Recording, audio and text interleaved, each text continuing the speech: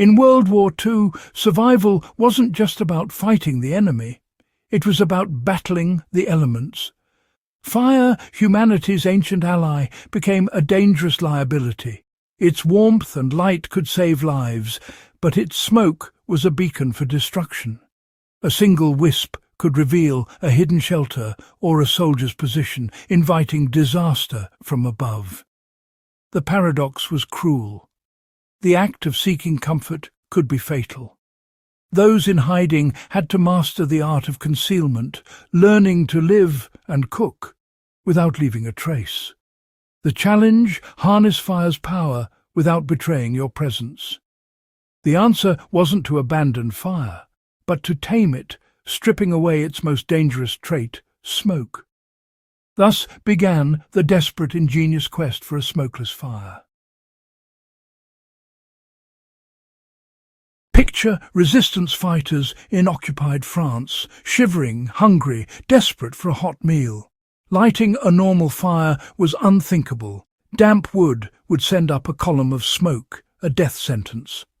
Across war-torn Europe, families and soldiers faced the same dilemma: comfort versus survival. Even a small fire for tea could betray a shelter to enemy bombers. On the front lines, a single puff of smoke could draw deadly fire. The open sky became a threat. Every action was weighed for its visibility. The need for a smokeless fire was urgent, a matter of life and death. Innovation didn't come from labs, but from the trenches and cellars, using whatever was at hand. Necessity forced people to invent, adapt, and survive. The smokeless fire was born from this crucible of danger. Military leaders quickly recognized the need for smokeless heat. They developed compact, clean-burning fuels, like the German Esbit stove, using hexamine tablets. These stoves let soldiers heat food discreetly, with almost no smoke. Allies had their own versions, but supplies were limited and often failed to reach the front. Soldiers and partisans couldn't rely on official gear. They had to improvise. The gap between theory and reality sparked true ingenuity. The principles of clean-burning fire had to be rediscovered in the field, using whatever was available. The groundwork was laid, but the real solutions came from those who needed them most. When supplies ran out, soldiers turned to battlefield chemistry. The key: charcoal, almost pure carbon, made by burning wood with little oxygen. Charcoal produced little smoke, but needed a binder, usually animal fat or wax. Soldiers crushed charcoal, melted fat, mixed them, and shaped the paste into fuel cakes. These homemade tablets were light, portable, and burned hot with almost no smoke. Even scraps, burnt timbers, bacon grease, candle wax became survival tools. A single cake could boil water or cook a meal, all while keeping the fire invisible. This DIY approach gave soldiers control and a fighting chance. It was resourcefulness at its purest, turning debris into life-saving fuel. The smokeless fire became a symbol of ingenuity under pressure. In the chaos of war, these small acts of invention meant survival. The secret of smokeless fuel is simple chemistry. Wood fires smoke because of water and impurities. Charcoal, nearly pure carbon, burns clean. Add fat or wax and you get a dense, hot, efficient burn. The result: almost no visible smoke, just heat and invisible gases. Fat acts as both binder and fuel, making ignition easier and burn hotter. The high temperature ensures complete combustion, maximizing heat and minimizing smoke.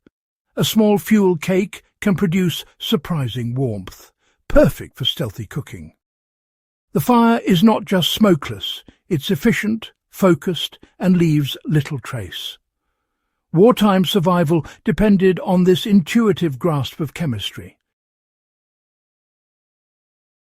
Even the best fuel needs proper airflow to stay smokeless. Enter the Dakota fire pit. 2 holes, one for fire, one for air, connected underground. The design hides the flame and feeds it oxygen, ensuring a hot, clean burn.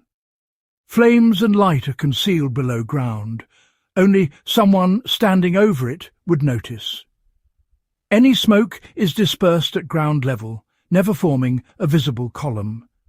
The pit is fuel efficient, using less wood and focusing heat on the pot above. After use, it can be filled in, leaving almost no trace. For those needing to stay hidden, the Dakota fire pit was a game changer.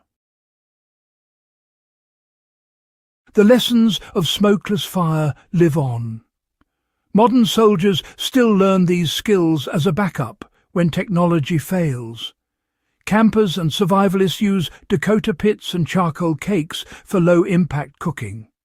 In disasters, these methods provide warmth and safe water when power is out. They empower people to meet basic needs with simple, local materials. Even hobbyists find satisfaction in mastering these timeless techniques. The principles connect us to a legacy of resilience and self-reliance. Simple survival skills remain relevant in a complex world. The story of smokeless fuel is a lesson in the power of simplicity. It's about understanding basic principles, combustion, airflow, materials, rather than relying on gadgets. Those who mastered these skills weren't helpless, they were independent. Self-reliance fostered resourcefulness and hope, even in chaos. Learning these methods connects us to a history of quiet ingenuity. It's a reminder that ordinary people facing extraordinary odds can endure. In a world of uncertainty, knowing the basics is a powerful tool. Sometimes the best survival gear is knowledge itself.